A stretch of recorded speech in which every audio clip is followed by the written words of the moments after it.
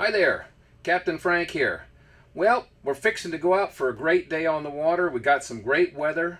I want to take a second here and go through these systems panel and talk to you about what you should turn on before you leave the dock and how to make that transition.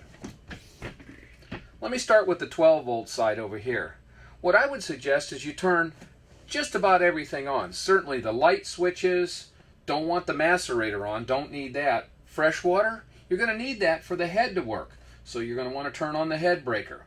The refrigerator is a dual voltage unit. It works off of 12 volts or shore power. My suggestion is you put both breakers on. That way if for some reason the shore power or your generator quits, your food's going to stay cold.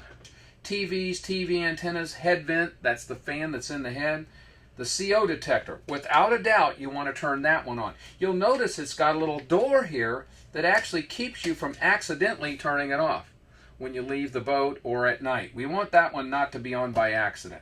This is the level monitor for checking the water level and the waste levels. Don't necessarily need that, but it certainly wouldn't hurt to have it on. So we can pop that one on as well.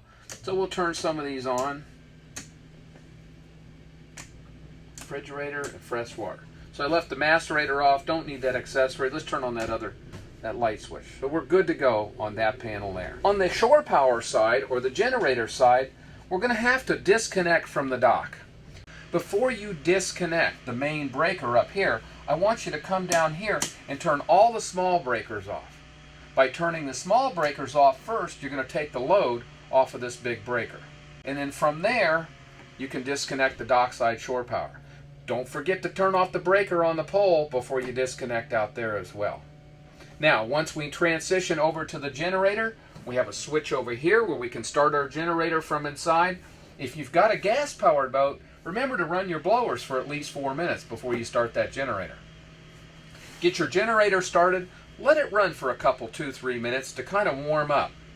Then what you want to do is you want to take and put the generator breaker on that you see here.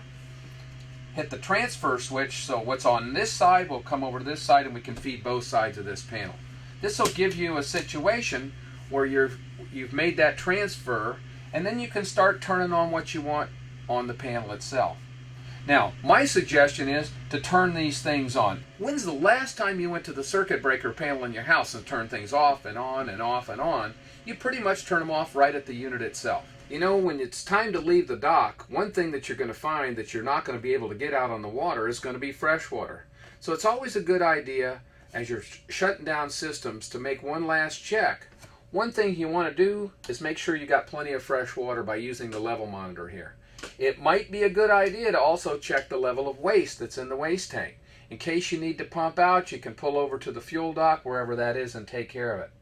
Make sure that you don't leave these keys in this switch up here. This switch is designed where you can pump out the head with an overboard discharge. Now you still have to open the seacock. You have to do other things. I talked to you about that in that waste video. You'll have to look at that one to get all that information. But again, you really shouldn't store the key in the switch. This is one more safety factor that keeps from an accidental discharge.